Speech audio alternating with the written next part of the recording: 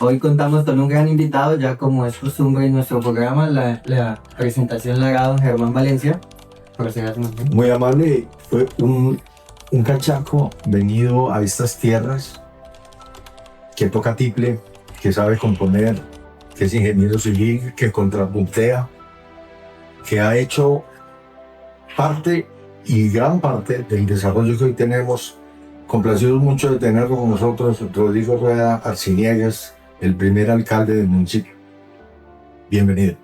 Muchas gracias y muy complacido con esta invitación porque como les estaba diciendo antes de iniciar la grabación, me sorprende con mucha frecuencia encontrar que dentro de nuestros jóvenes hay una ignorancia total de lo que sucede, de lo que sucedió, digamos, de la formación misma de Villanueva, y es que esto crece a unas velocidades impresionantes. Yo les cuento que yo llegué en el año 74 y me encontré con que había una escuela con 30 niños, 35 niños, y el año pasado se graduaron más de 1.400 bachilleres. Entonces ese salto entre los 30 niños que había en la escuelita y el kiosco de la mitad de la plaza, donde todo funcionaba, que era la casa de las reuniones y era el sitio, inclusive me contaban de velar personas. Una persona fallecida era velada en esos sitios, que eran además salones de clase, y a la vuelta de 45 años, 4 colegios de bachillerato, un desarrollo que nos arrolló. Rodrigo, regresemos a tu llegada a la región. ¿Por qué esa vinculación? ¿A qué se debió? ¿Cuál fue Bueno, el inquietud? mire, yo tuve en el año 63, tuve la oportunidad de conocer la vida de Luciana. Me invitaron a un paseo y resultó que el sitio donde íbamos era la casa del coronel Eduardo Román en Agua Azul, cuando él era director de la vida rural. Entonces tuve la oportunidad de conocer, digamos, la transición entre el Valle de Sogamoso y ese piedemonte llanero de Agua Azul, y además empezar a entender a la gente y a enamorarme de las cosas del llano. Un poco también en esa época de la música, como tú dijiste en el abrebocas, pues yo toco tiple o tocaba tiple y componía bambucos, y llego a una tierra donde la música es diferente, es otra música, pero tuve como la oportunidad de vivir en esas bajadas al piedemonte de Casa Nariño, de hacer la transición entre el timbre y el cuatro, además porque tuve la suerte de conocer gente muy interesante. Digamos, Rafael Martínez, el cazador novato, él era un miembro del DAR Rural, era un agente del DAR Rural, un araucano, y además un cantante y compositor improvisador impresionante. Y entonces de oírlo a él y de ver las cosas y de su amistad saqué muchas cosas con la música. Después tuve la oportunidad con el trabajo ya estudiando en la universidad, trabajaba con el doctor Manuel Acosta Sarmientes, una familia de ingenieros también, como originarios esos de acá del Valle de Tensa. Esas familias Acosta son del Valle de Tensa. Y por invitación de él conocí el piedemonte de Villavicencio. Él no tenía quien lo acompañara a un viaje a una finca que él tenía en cerca de Casillas, y entonces yo vi pues que estaba buscando compañía, me ofrecí como compañero de viaje y hicimos un viaje delicioso y esa sensación que es muy sobrecogedora. No es lo mismo que llegar por la carretera de Luciana, la transición no es la misma, pero cuando tú llegas a Buenavista por la vía de Villavicencio, llegar a ese punto de Buenavista en esa época A la tierra sin mirar, montañas. y mirar eso era algo extraordinario. Entonces ahí nació mi amor por el llano y yo seguí estudiando ingeniería y en esas andanzas conocí gente, conocí al doctor Juan Manuel López, lo conocí en uno de esos parrandos allá en casa del coronel Román, nos volvimos amigos y en un momento determinado, cuando el doctor Juan Manuel López se hizo el negocio del Acto de la Libertad a comienzos del año 74, entonces me invitó a participar con un porcentaje mínimo, un 2% de ese negocio que se hacía. Él fue muy generoso en ofrecernos la posibilidad, porque en esa época un acto se negociaba por el ganado y no por la tierra. Entonces el Acto de la Libertad, el pedido que se hacía era a 3.000 pesos lo que mueva cola, y lo que mueva colas podía ser una vaca, un burro, un perro, un chivo. Entonces lo que mueva cola, obviamente el grueso del negocio tenía que ser con el ganado y los caballos. Y le ponían un precio y le ponían un tope. Entonces, lo que mueva cola, 3.000 pesos y le garantizamos 12.000 cabezas. Esa era la base del negocio. Entonces tú te venías a recibir el acto y empezabas a trabajar en las diferentes fundaciones. A contar ganado y colas. En el caso, sí. Entonces, cuando se completaba, pasaba la red número 12.000, se consideraba el negocio hecho, y lo que quedara por encima de esa cifra era un ribete del negocio. Lo que no habían podido sacar de No, las latas. sí, porque había ganado estaba cimarrón en las montañas y en las cosas. Y bueno, ese es...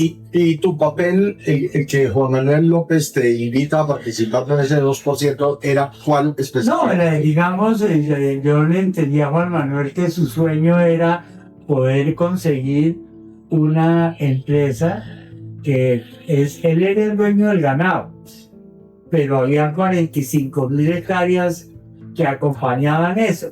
Entonces los socios de esa compra eran los socios de una escritura. En la escritura no queda en la papeleta del ganado, sino en la tierra.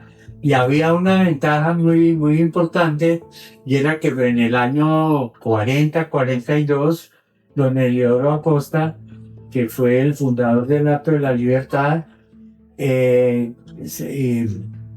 José González, un hijo natural de don Eliodoro, él se hizo adjudicar había una agencia de tierras del Ministerio de Agricultura, y entonces se hicieron adjudicar esas, había una máxima de 5.000 hectáreas y abrieron 9 títulos de 5.000 hectáreas, 45.000 hectáreas. Entonces era todo lo que encerraba del río Túa, el río Piedad y el río Meta, y por la cabecera era el caño Leche Miel. ¿Tú conoces la finca mía? Sí, sí, claro. Entre la finca hoy de Ruyanet Borges, que fue de Humberto Borges y Bertica, y la mía, está la cerca original. Esa es la cerca que cerraba el Acto. Entonces venía una cerca de 4 kilómetros desde el río Upía hasta las cabeceras del Lechemiel, que atravesaba la Conquista, atravesaba la finca de la señora Elina en las costas de Upía. Se llamaba La Pica porque había una pica para hacer esa cerca. Entonces del río Upía había una cerca que conectaba con los nacimientos del caño Lechemiel. El caño Lechemiel llega a Suanero y el Suanero Altúa y ese era el globo de terreno. Entonces, ¿Y tu papel allí era cuál? no, era de ser amigos entonces Juan Manuel le vendió un 19%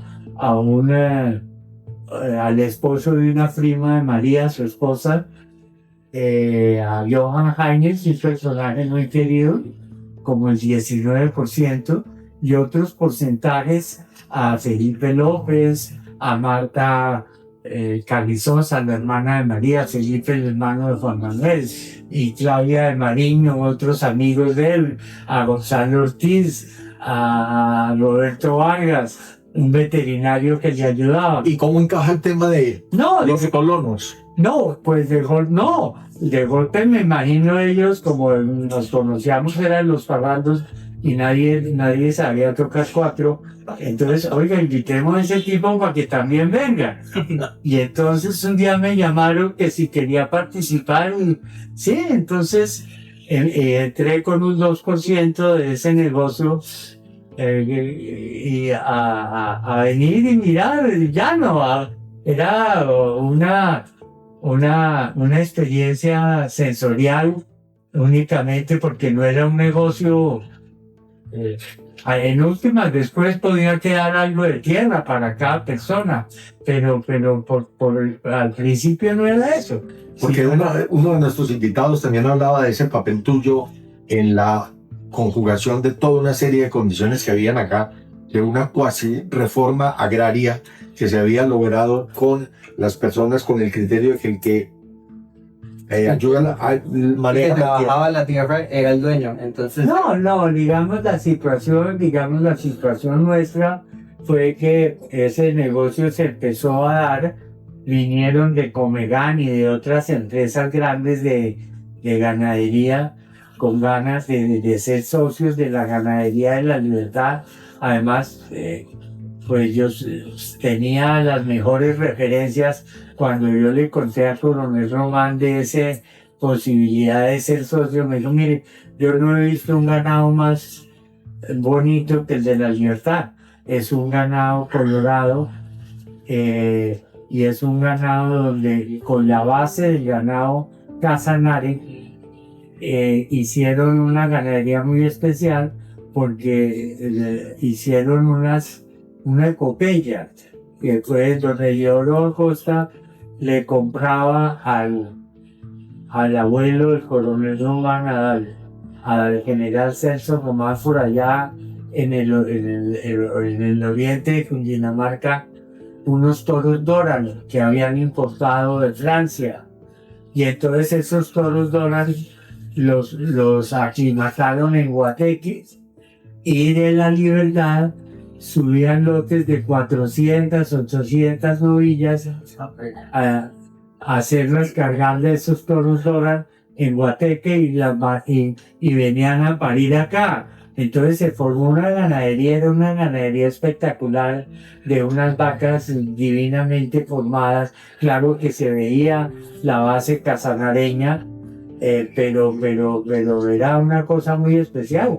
Y cuando empezamos, eso es toda una historia que tiene que ver también con la historia de la ganadería, digamos, en el Piemonte llanero, porque los ganados que se producían acá había que sacarlos a pie para el centro del país para poderlos vender. Los mercados no eran locales, había que sacarlos a los cebaderos de Cundinamarca o a los cebaderos del Tolima o de Boyacá, y entonces esos ganados tenían que ser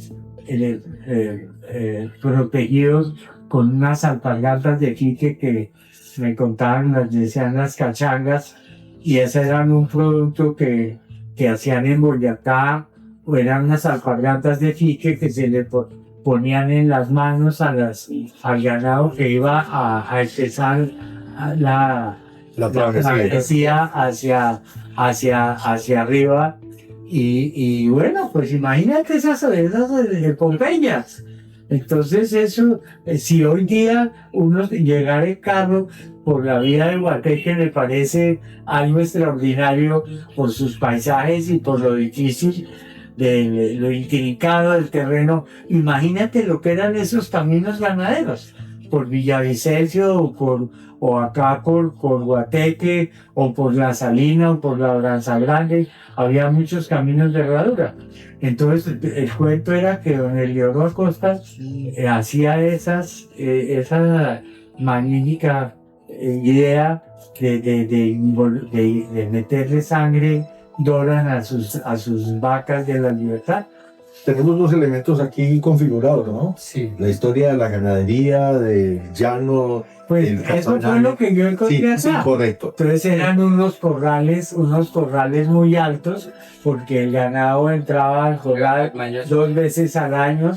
Entonces eran unos corrales no bajitos, sino eran unos corrales tal vez con 3 varetas más. No había puertas y no había tranqueros. Entonces los llaveros, los famosos llaveros con guaduas para poder encerrar los ganados.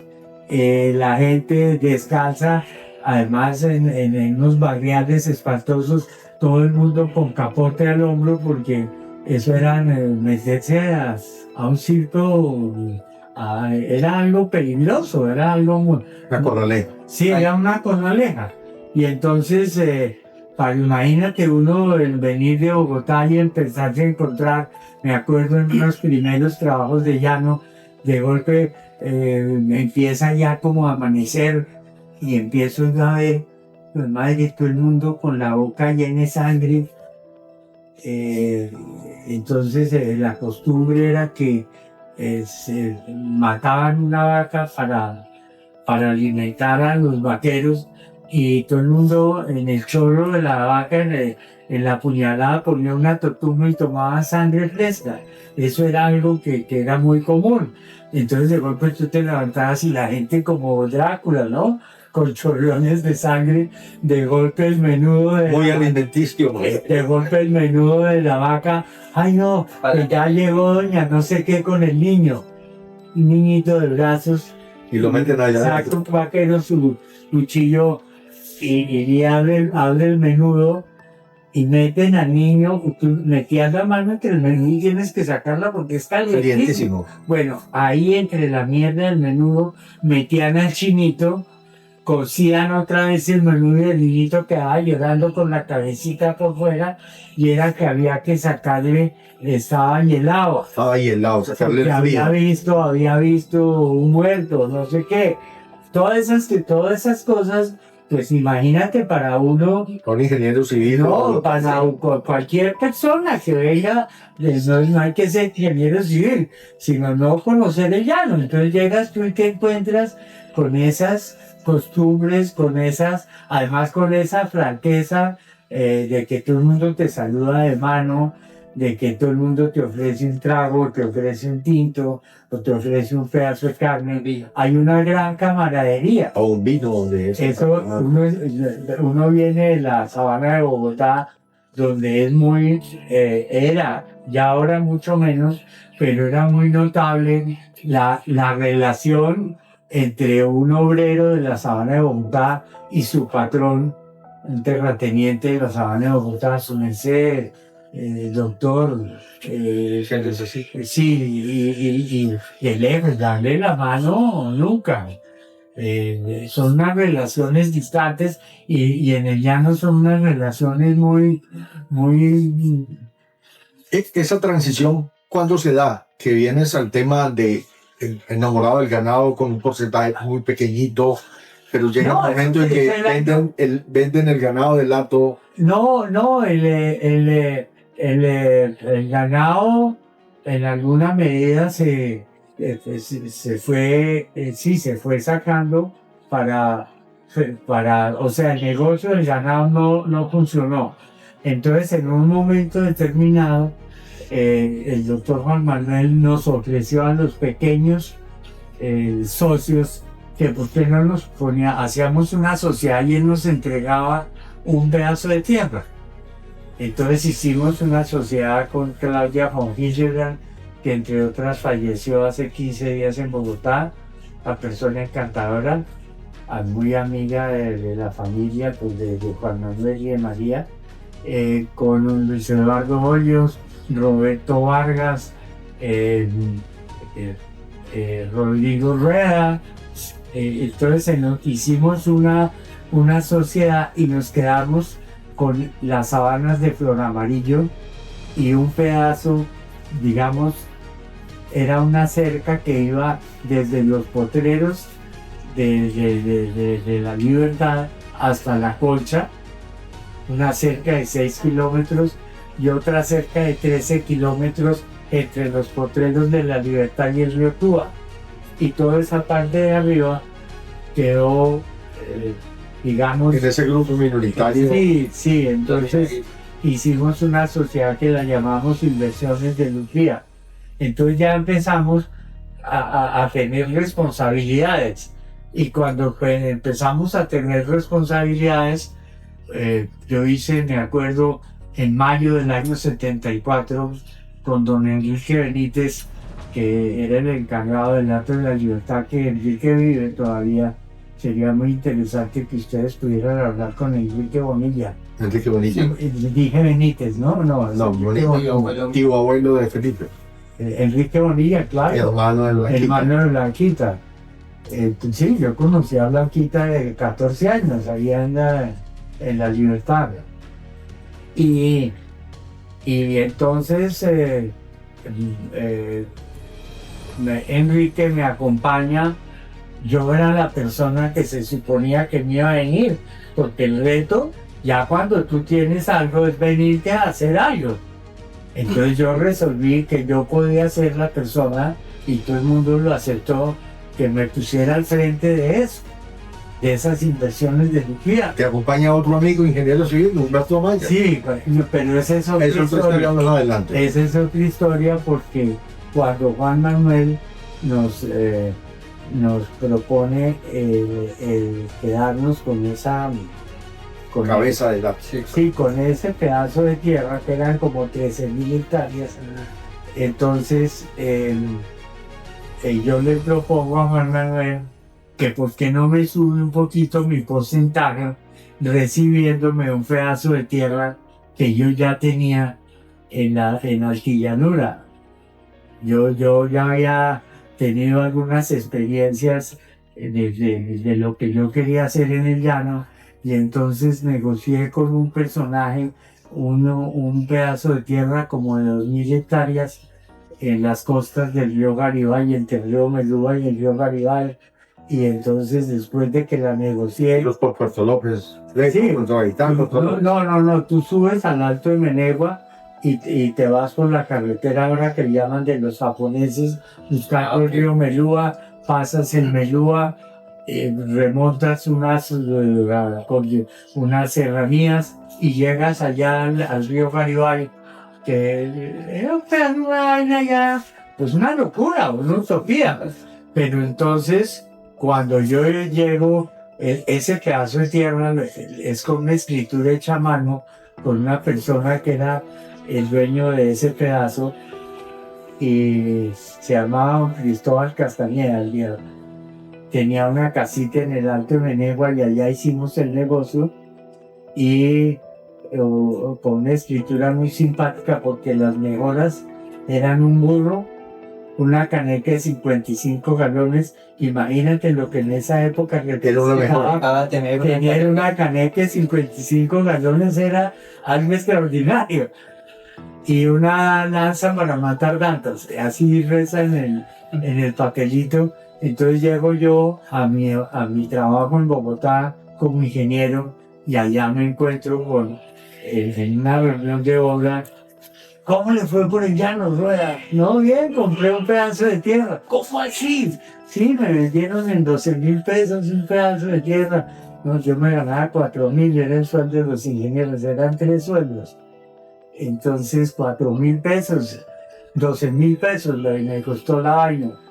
Y bueno, entonces Humberto Amaya y Alberto Olla, oigan, ¿y por qué no nos vas a meter de socios?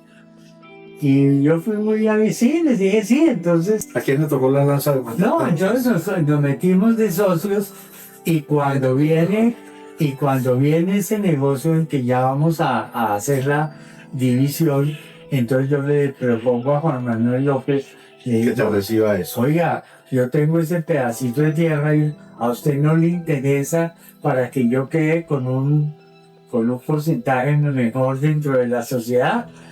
¿Y cómo es? Y le expliqué, tengo 2000 hectáreas, hay 3 caballos, 40 vacas y un ranchito. Ahí era un ranchito de palmas. Y en ese momento estábamos en los centavos en Villavicencio palabreando el negocio cuando llega don Vicente Hernández, que era un personaje, era un huilense, cultivador de arroz, que se volvía millonario y se quebraba como 5 veces al año. Tal cual arrocero. Sí, Don, sí, sí, sí. sí, don Vicente Hernández surgía y ¡pum! ¡Tan, tan! Entonces se acerca don Vicente Hernández a la mesa donde estamos con Juan Manuel y doctor Juan Manuel, no me mire, le presenta a un amigo, sí, mucho gusto, Rodrigo Rueda. Oiga, el doctor Juan Manuel, es que me dijeron que usted ahí en La Libertad necesitaba un bulldozer y yo tengo un bulldozer de 6 en tales circunstancias. Dijo, hombre, sí, don Vicente, sí me interesa. ¿A usted le interesa un pedazo de tierra de 2000 hectáreas con 40 vacas y 3 caballos en el Chelmelúa y el Garibay? Dijo, pues sí, sí me interesa. Rodrigo, entregué a don Vicente. Así eran los negocios. Entonces yo fui y le entregué a don Vicente. Yo ya me había hecho titular por el INCORA. Eso ya tenía esa mejora porque yo ya me había hecho titular. Además con unas cosas, bueno, eso ya no es historia de Villanueva, en todo caso, por esa razón, yo quedo no con 2, sino con 6 puntos. Y un bulldozer aquí. a disposición. No, el bulldozer ya Juan Manuel le llevó su bulldozer. Entonces yo me voy con Enrique Bonilla y duro 2 días haciendo el recorrido de los linderos. Entonces yo empecé por La Colcha, entonces Narciso Morales, Adolfo Rojas, Manuelita, Julio Mondragón. don Julio, Rueda, ¿cómo se llamaba? Bueno, Eugenio. me han olvidado don Eugenio Rueda, la viuda María Lucinda Morera de Martínez, don José Montenegro, Julio Mondragón, y al final estaba lo de Misael Niño. Después de lo de Julio Mondragón es la finca de Misael. Entonces recorrí eso. Eso era contra Lupía. Contra Lupía. Al otro día arranqué por el Túa. Entonces empiezo, estaba José Martínez, estaba... Saúl Andana, Ricarcita. No, ahí eran más Más arriba. ahí estaba doña Rosita Rivera. Por ahí hay una hija que casi sale de reina en estas... las personas mayores que hubo el reinado, casi sale la hija de Rosita, ella casi sale de reina. Bueno, y entonces ya estaba José Nereo Tulio Bautista, don Saúl Lantana, después estaba una señora Jesús, y estaban unas personas que están hoy en día donde está Juan Sabogal. Por el lado de la cristalina. Ahí tenía un lote doña Margarita de Castañeda, la mamá del Chimiro. Y yo le mamo gallo al Chimiro De Cristóbal. a Cristóbal, porque en ese recorrido, entonces Enrique Bonilla me iba diciendo más o menos cuánto ganado tenían y quiénes eran. Entonces yo en un cuadernito anotaba, José Nereo Mendoza, 200 vacas, el otro 30, el otro, íbamos recorriendo, Estaba José Nereo también el hermano. Abajo otro en Tuba. Arcadio. Pero Arcadio fue vaquero del Ato. Pero Arcadio, sí, ahí estaba lo de Arcadio Mendoza. Y cuando llegamos a donde doña Margarita, entonces estaban construyendo una cerca. que se suponía que no podían construir, pero tenían la madera ahí y ya se veía que estaban empezando a construir una cerca. Y entonces don Enrique se acercó: hola mijo, ¿cómo le va? Su mamá estaba, la señora Margarita, y que no sé qué, don Cristóbal se llamaba el papá, tal vez. El papá de Cristóbal se llamaba Cristóbal Castañeda. Cristóbal era el tío, el que le llamábamos Correcaminos. Pero entonces, Yo no el recuerdo. papá del otro, bueno, en todo caso, que no, que es que viene de la libertad, que los nuevos dueños que están, váyase acá, viejo hijo de puta, y así eran de vestido, con la camisa abierta. Cristóbal. Así el Cristóbal, le digo que es la primera madreada que me pegaron, y me la pegó el chino, tenía como 9 años. Yo en esa época tenía 30 en el año 74. Y bueno, acabé de hacer el recorrido y me senté a hacer un balance y había más o menos como 40 personas y había más de 5.000 cabezas de ganado en ese rincón, que no eran de Latos. Y era porque había gente de Barranca de Upía que también tenía ganado, gente del Arbolito. Don Rito González era colindante, pero él también tenía ganado en las sabanas de la Libertad. Entonces, bueno, hicimos ese famoso proceso de hablar con cada uno y tratar de arreglar. Hicimos un arreglo, digamos, cuando yo empecé el arreglo, yo fui donde el coronel Romano a pedirle apoyo, y él, como buen militar, las soluciones eran de facto. Oh, eso es muy fácil, allá llegamos con la gente y sacamos esos guerreros. No, un momentico, que vamos a tratar de hacer otra cosa. Entonces fue como un proceso, eso te estoy hablando del año mayo del 74, y ese es un proceso que duró hasta noviembre del 76. Topógrafos, mediciones, separaciones. No, inclinaciones, además ¿no? establecimos unas líneas imaginarias hasta donde podía avanzar lo que tenían los colonos, y creando una tierra libre de colonos hacia el centro de la sabana. Eso coincide con Ley Quinta, que permitía el crédito al campesino dueño de tierra, porque a través del proceso, como la Libertad tenía títulos reales, escrituras reales, permitía de que ese traslado de la titularidad accediera a la persona al crédito, pero también nos decían: oiga, pero eventualmente nadie lo utilizó. Todos querían era la seguridad jurídica del predio y de que no había conflicto con el Realmente, predio. sabes que nosotros hicimos algo, yo de aposta nunca quise que interviniera ni la fuerza pública ni abogados. No me gustaba que hubiera, sino que fuera una concertación, que fuera algo que pudiéramos concertar de buena fe, y eso fue algo que marcó esa situación. Nunca hubo nada, digamos, de fuerza, abogados, ni juicio. No, fue conciliado. Todos fueron conciliados, pero como te digo, había personas con las que me tocó, tuve la dificultad en hablar, porque no hablábamos el mismo idioma. No manejábamos los tiempos. Así todo se conjuga un momento en el cual un número importante de los colonos tiene que llegar a Villavicencio a firmar escrituras. No, porque por fue un eso te proceso digo, colectivo. no, en el año 76 ya yo traje un topógrafo en estas cosas. Tuve un accidente en el Cano Agua Clara, iba con el topógrafo y con Humberto Amaya, me le metí En temerariamente una creciente. a una creciente del Cano Agua Clara, y me le metí en un Suzuki que acababa de comprar.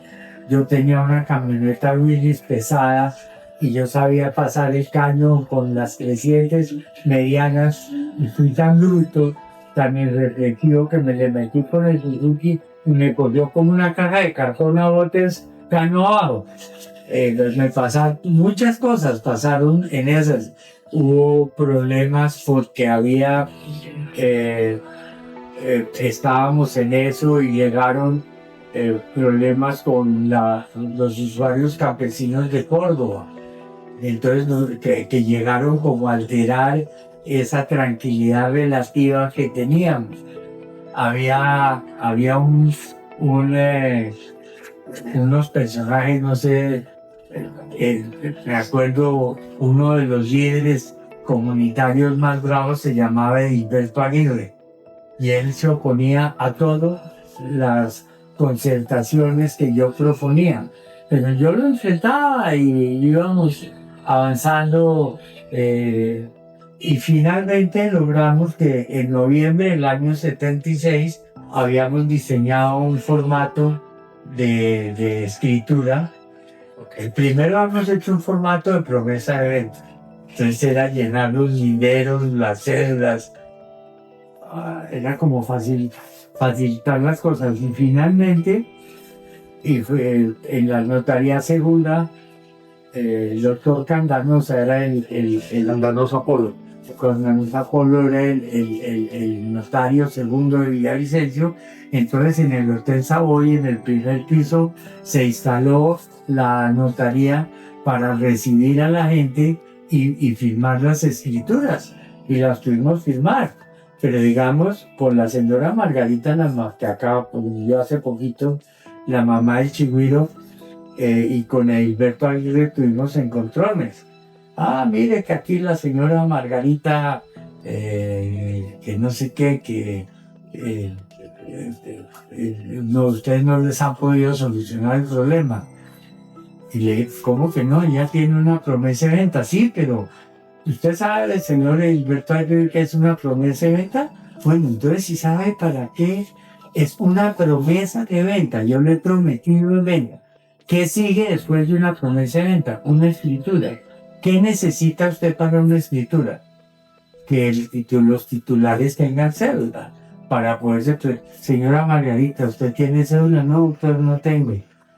No tenía cédula. Entonces, ¿cómo le voy a hacer la escritura? Entonces ahí va desmitificando.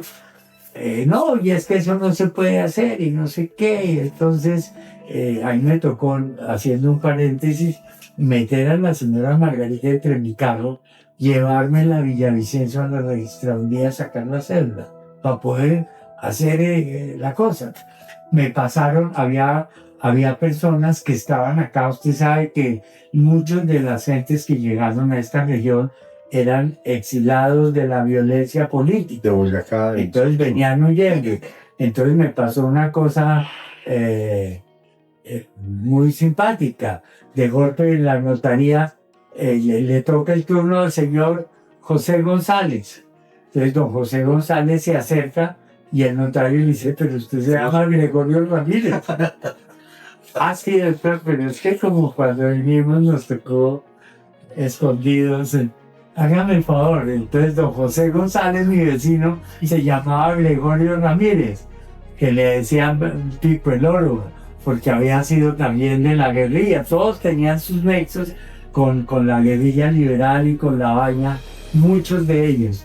Y había una gran desconfianza. Tú llegabas a preguntar por una persona y nadie la conocía, hasta que te empezaban como a interrogar. Me pasó con Don Carlos, cuando llegué la primera vez a Barranca de Lupía, que no había puente, me dijeron, mire, deje el carro en la tienda de Don Carlos Vaca, que él es un amigo nuestro y además le vende producciones. Entonces, muy buenas, ¿cómo está? Hágame un favor, Don Carlos Vaca. No, señor, Don Carlos Vaca. No, es que mire, me dijeron que viniera donde Don Carlos Vaca. Yo voy para la libertad. Ustedes vienen de la libertad, para la libertad. Entonces se asomaba Don Carlos en una puerta, sacaba la cabeza. ¿A sus órdenes? Mire, mi nombre es Rodrigo Rueda.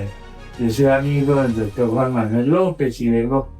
Entonces ya salía Don Carlos, me imagino que estaba detrás de la puerta con un revólver montado, porque sí, porque eso eran cosas de vida o muerte, venían era a buscarlo, entonces uno no podía decir si aquí estoy.